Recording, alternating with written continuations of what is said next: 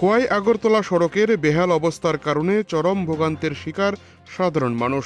সবচেয়ে উদ্বেগের বিষয়, এই ভাঙাচোরা রাস্তায় আটকে পড়েছে জরুরি পরিষেবার অ্যাম্বুলেন্সেও। ফলে সময় মতো হাসপাতালে পৌঁছাতে না পেরে রোগীদের জীবন ঝুঁকির মধ্যে পড়েছে।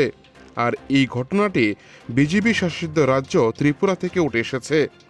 দীর্ঘদিন ধরে খানাখন্দে ভরা খোয়াই আগরতলা সড়কের এই ধরনের ঘটনা রীতিমতো নিন্দার ঝড় বইতে শুরু করেছে সাধারণ মানুষের মধ্যে। স্থানীয় বাসিন্দার বক্তব্য, প্রতিদিন এই রাস্তা দিয়ে যাতায়াত করতে ভয় লাগে। রোগী নিয়ে অ্যাম্বুলেন্সে যদি আটকে যায় তাহলে মানুষের জীবন কিভাবে বাঁচবে। স্থানীয়দের দাবি, দ্রুত খোয়াই আগরতলা সড়কের সংস্কার করা হোক, কারণ একটি ভালো রাস্তা শুধু যোগাযোগের জন্য নয়, মানুষের জীবন রক্ষার সঙ্গেও ওতপ্রোতভাবে জড়িত বলে মনে করছে সাধারণ মানুষ। কিন্তু প্রশ্ন হচ্ছে, ডাবল ইঞ্জিনের সরকারের আমলে এই ধরনের রাস্তার চিত্র উঠে আসবে তা কখনো ভাবতে পারেনি ওই সড়কে চলাচলকারী সাধারণ মানুষজন।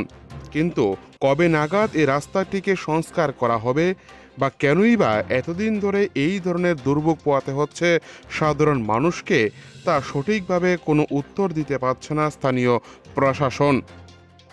এখন দেখার বিষয়, গোটা প্রশাসন কী ব্যবস্থা গ্রহণ করে এ রাস্তা মেরামতের জন্য।